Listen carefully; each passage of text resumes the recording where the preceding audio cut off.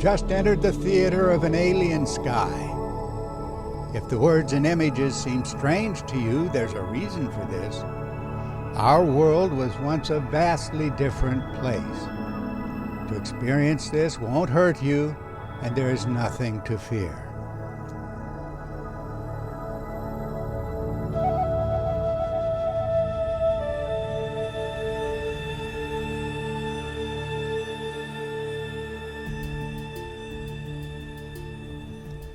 This video will continue our exploration of the ancient Mother Goddess, whose first appearance we have traced back to prehistoric times. It seems that with the emergence of the more advanced civilizations, including the monumental cultures of Egypt and Mesopotamia, the primeval goddess faded into the background and often disappeared altogether. In the prehistoric epoch, there are no written histories to guide us, but there are abundant figurines suggesting a mysterious feminine form with certain unique features.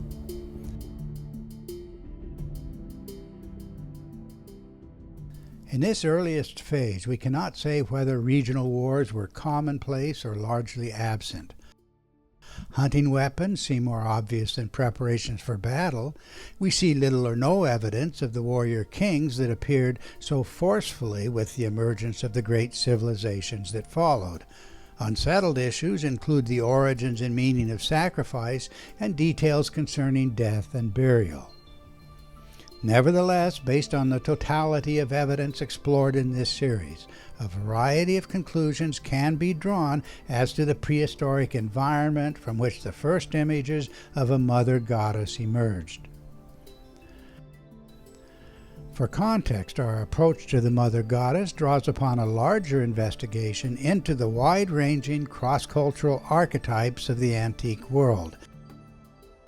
These most fundamental structures of ancient thought, at the dawn of civilization, invite us to work backward in time to envision a world before historical chronicles and before systematic timekeeping. That means prior to the first appearance of what we've called the polar configuration, a grand assembly of planets gathered close to Earth and moving through a dusty plasma cloud. Our claim has been that it was this polar configuration, by its impact on human imagination, that catalyzed the emergence of symbols and sacred practices that defined early civilizations. And so, one puzzle drawing our attention is the dramatic break that appears to separate the prehistoric phase from the subsequent emergence of developed languages and commemorative practices. It seems that this gap largely excludes the evidential linkage or chain of events that one might have hoped to follow across the divide from prehistoric to historical evidence, and yet several tantalizing clues invite us to ask new questions. Across the prehistoric period, we observe two evolutionary phases in the emergence of a mother goddess image. Both are explicable, but only within the framework of a radical challenge to common thinking. The earliest evidence includes a first female form that historians and archaeologists still struggle to understand, a distinctly rotund goddess type called Stereotypia. As we should expect, there is a frequent and inexplicable suggestion of sphericity in the prominent features of the primitive goddess. And we are not surprised that the spherical head or face of the goddess often appears featureless, or that the lower limbs are frequently presented as a tapering column, exactly as we've seen in our review of the Martian contribution to the polar configuration.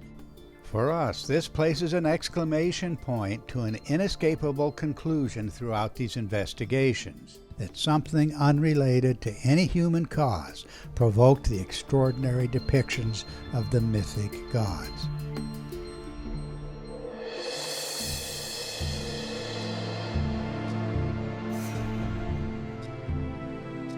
In the emergence of the prehistoric goddess idea, there was a second phase as well. That phase involved a distinctive torus or enclosure, displaying a visual opening and closing as the celestial bodies moved through space. This effect can be compared to the variable positions we previously observed in the symbolic arms wrapped around the margins of the enclosure and appearing in competing positions above and below the breasts of the goddess. In fact, the changing visual plane of the torus adds additional clarity to that ancient concept, and for us that means a new chapter in this investigation, a chapter we could not have written just a year ago. A critical breakthrough comes from an anciently depicted, clearly toroidal womb of goddess figures where no human attribute will explain the unique form presented. The ring displayed by this Olmec goddess is a useful starting point, and it is not unique. Even more striking is the Moshe counterpart many centuries earlier, in which the torus is sufficiently clear to identify that form as the archetype, whereby the associated female figure simply gives the context of the mythic interpretation.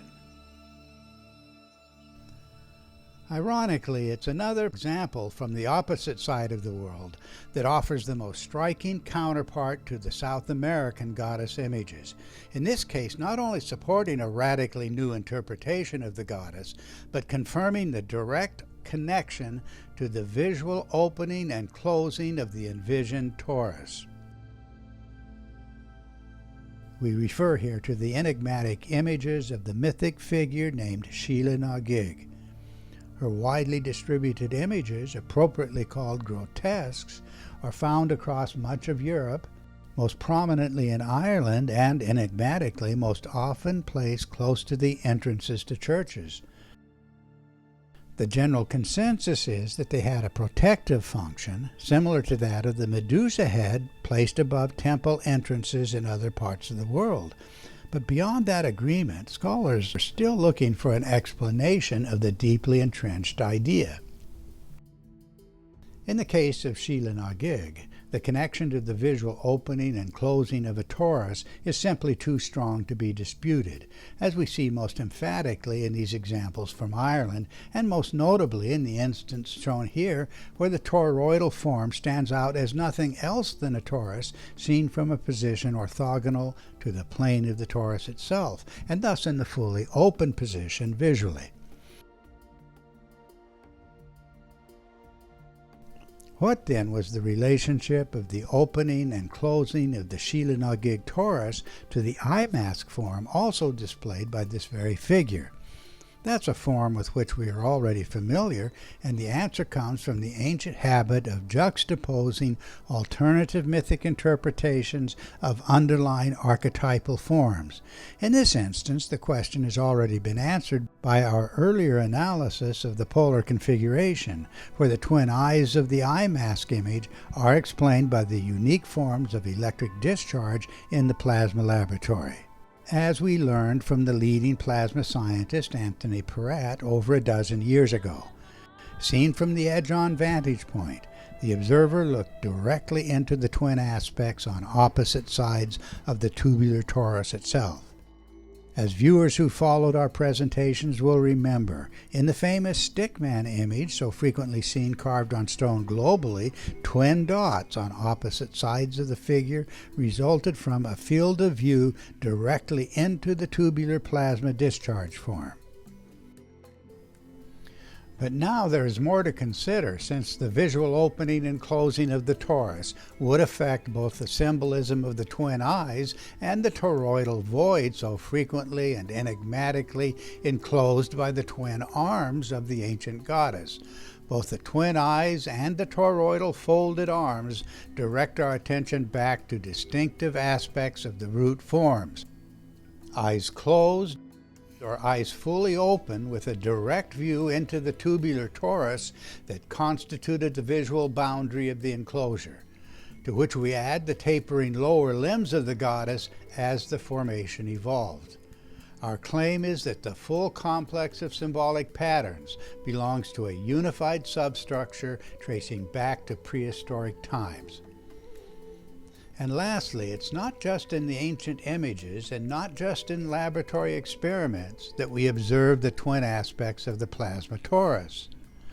Today we see similar geometry in the toroidal form configured around the south pole of the planet Venus, though obviously diminished and degraded as planets moved around the Sun in increasing isolation.